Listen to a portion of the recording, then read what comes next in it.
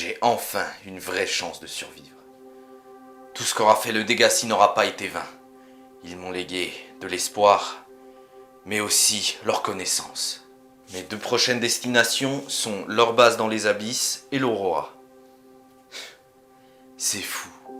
Ça fait tellement longtemps que j'ai pas été aussi détendu que je sais même pas par où commencer. De toute façon, même sans partir tout de suite, ce n'est pas du temps perdu. Je dois installer plusieurs choses dans l'habitat. Un bac de culture pour les plantes marines, pour commencer, où je planterai des sacs gélatineux et des vignes d'Orin. Je laisse un peu d'espace, au cas où je trouverai une nouvelle plante dont j'aurai besoin. Le but, c'est de minimiser mes déplacements. Une autre chose qui pourrait m'y aider est d'ajouter une puce reliée à la salle de scanner à mon équipement. Et comme j'ai besoin de cuivre, c'est le moment rêvé pour essayer. Alors... Ah, il y en a juste en bas. Et ça fonctionne! Il me trouve les affleurements de calcaire. Bon, par contre, je ne trouve pas plus facilement du cuivre à l'intérieur. Mais à force de chercher, je finirai par en trouver.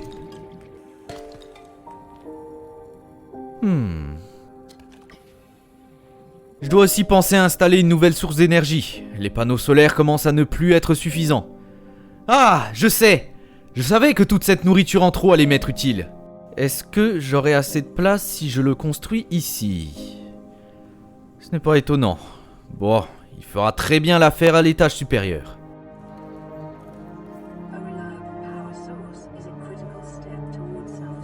Voilà quelques fruits lanternes. Et j'ai maintenant un bioréacteur qui pourra être actif jour et nuit. J'ai suffisamment de matériaux organiques pour l'alimenter. Et moi avec. Un autre problème récurrent est l'eau.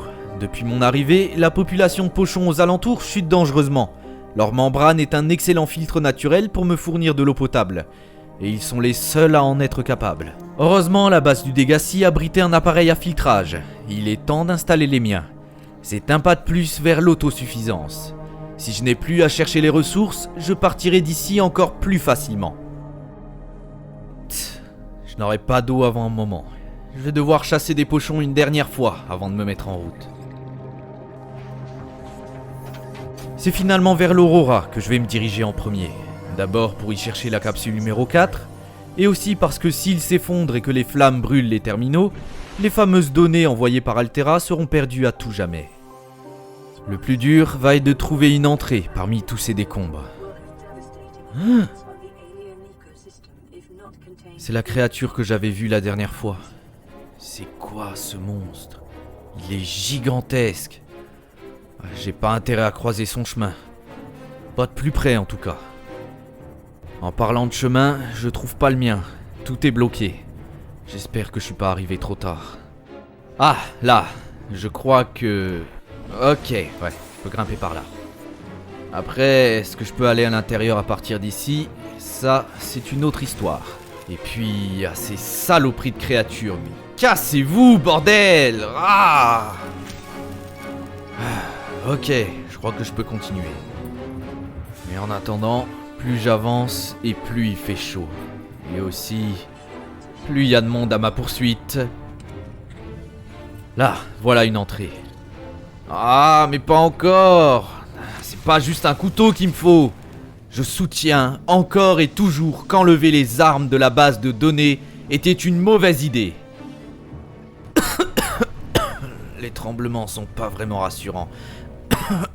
Et la chaleur est insoutenable. Ok, je vais aller au centre d'administration en premier. Un code. Super. Pour la baie à véhicule.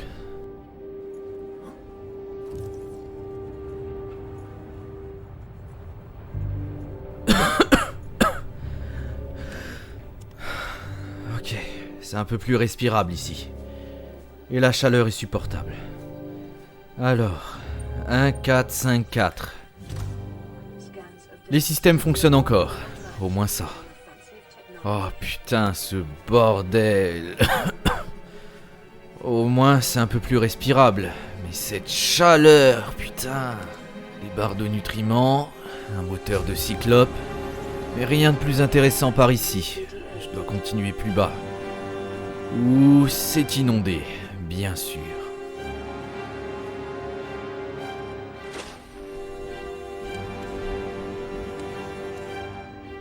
Wow, putain, c'était quoi ces trucs? Même l'eau qu'il y a dans l'Aurora est abritée par des choses. Je sais même pas vraiment ce que c'est. Mais bon, je suis enfin arrivé à la salle du réacteur.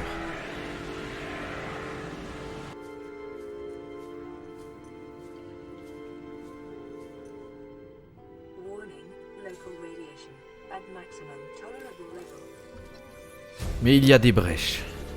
Beaucoup de brèches apparemment. Si je veux avoir l'espoir d'enlever cette tenue anti-radiation, je vais devoir tout réparer. Allez. 7...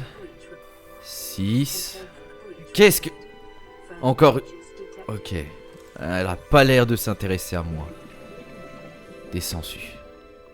C'était des sangsues ces trucs? Si je laisse des sangsues de cette taille s'accrocher à moi, je suis mort. Celle-ci m'ignore, et j'espère qu'elle est seule ici. Évidemment, ça dure pas. Allez, tiens! Ah, ok... Elle est pas toute seule ici. Bordel, c'est dégoûtant. Ah, mais dégage! Saloperie! Au moins, j'ai vidé tout le bassin de leur présence, et les brèches ont été rebouchées. En espérant pouvoir me débarrasser de cette combinaison.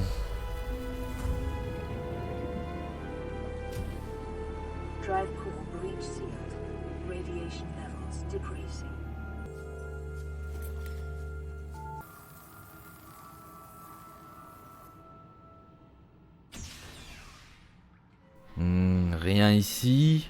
Là, c'est les vestiaires. Rien d'utile. Ah, si. Les codes d'une cabine. Les clés d'un prône? S'il y en a toujours un fonctionnel, ça pourrait m'être utile.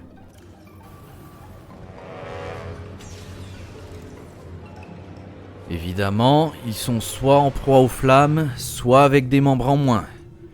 Bon, je peux au moins récupérer les fragments pour fabriquer le mien. Une telle combinaison me serait plus qu'utile pour me défendre.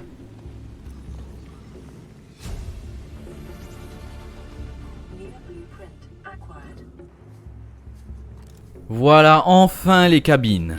Celles-ci ne contiennent pas vraiment des choses intéressantes, mais ce pourquoi je suis venu, c'est la cabine du capitaine.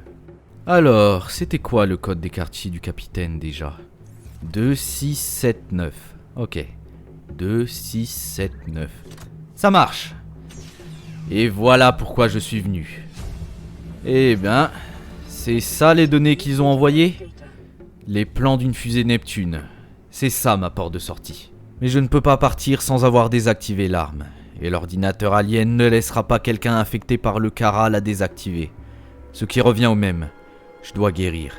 J'espère vraiment arriver à ces bases aliens dans les profondeurs. Mais je vais déjà pouvoir en apprendre plus sur la situation de l'Aurora après le crash. Et la boîte noire me donnera les détails. Début de l'appui gravitationnel aux alentours de la planète 4546b, impulsion d'énergie haute vélocité envoyée depuis la surface de la planète, signal de détresse transmis à la bouée d'écoute Altera via un relais de communication longue portée, impact détecté, baie des véhicules de survie tribord compromise, communication sortante compromise, démarrage de l'évacuation d'urgence, pilotage manuel transféré au capitaine Hollister. Capsule de survie 1A25 lancée avec succès. Entrée dans l'atmosphère planétaire, impact massif détecté. Blindage du noyau principal compromis. Signaux d'urgence en provenance de 8 capsules de survie à la surface de la planète reçue. Signe de vie humaine. Longue distance détectée à T plus 8 heures. 1. J'étais bel et bien le dernier. Le scan de la capsule, même endommagé, avait raison. Je me suis acharné pour rien. C'est moins déplaisant que la première fois, mais je me sens toujours aussi seul. Ok, je vais rentrer à la base et je sais pas, je vais rentrer déjà. Je dois encore rejoindre la dernière base du Dégâci. J'ai pas dit mon dernier mot. Allez, c'est parti, j'ai bien besoin de repos. Tiens. Oh, une capsule, la capsule numéro 4. Ah, bah je n'aurais même pas à la chercher finalement. Évidemment, rien d'intéressant à l'intérieur. Tant pis.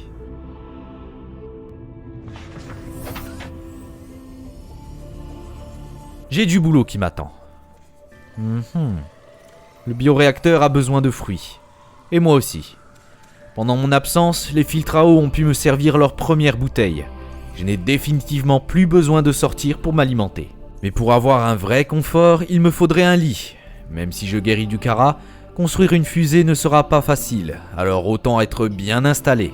Et pour ça, il me faut une chambre, quelques vitres et... parfait. Maintenant, je peux passer aux choses sérieuses. Le Simov peut peut-être atteindre les 900 mètres de profondeur, soit 100 mètres de plus que la base alien qui essayait de synthétiser le vaccin, mais sur les données que j'ai pu télécharger, il y a d'autres bases, et notamment une qui fournit de l'énergie à 1200 mètres. Si la première ne donne rien, je pourrais m'y rendre et voir si je peux localiser les autres bases. Mais ça ne marchera pas avec le Simov. Pour ça, il me faut autre chose. Il me faut le Cyclope. Je me souviens qu'un des membres du Dégâci avait dit que leur grotte contenait assez de lithium pour fabriquer une flotte entière de Cyclopes. Je n'ai qu'à m'y rendre. Au passage, je récupérerai un peu de magnétite, mais je n'ai pas l'impression de trouver énormément de lithium. Les affleurements de schiste contiennent surtout de l'or et des diamants. Rien d'intéressant ici non plus. Ah, c'est moi ou ce serpent de mer est couvert de pustules? C'est un effet de la bactérie? Je ne sais pas. Après tout, peut-être qu'ils sont immunisés? Je vais continuer un peu par là. Le Simov n'est pas trop loin et j'ai encore le Seaglide. Rien d'intéressant. Ah! Ah! Ah! Putain! Dégage! Dégage! Bordel de merde! Il aurait pu me bouffer! Ah putain! Ah ces crochets! Ah! Ils m'ont troué la peau! Heureusement il a pas touché d'organe vital. Ah, ces saloperies se cachent dans les champignons pour faire des attaques surprises. Oh, j'aurais pas dû m'éloigner autant du Simov. C'est pas possible. Je m'en éloigne plus autant. Je veux plus rester bloqué avec une de ces créatures. Je n'ai pas le choix. Je dois rester pour trouver du lithium. Et on dirait que quand c'est pas moi, c'est le Simov qu'elle prenne en chasse. De toute façon, je vais bientôt pouvoir rentrer.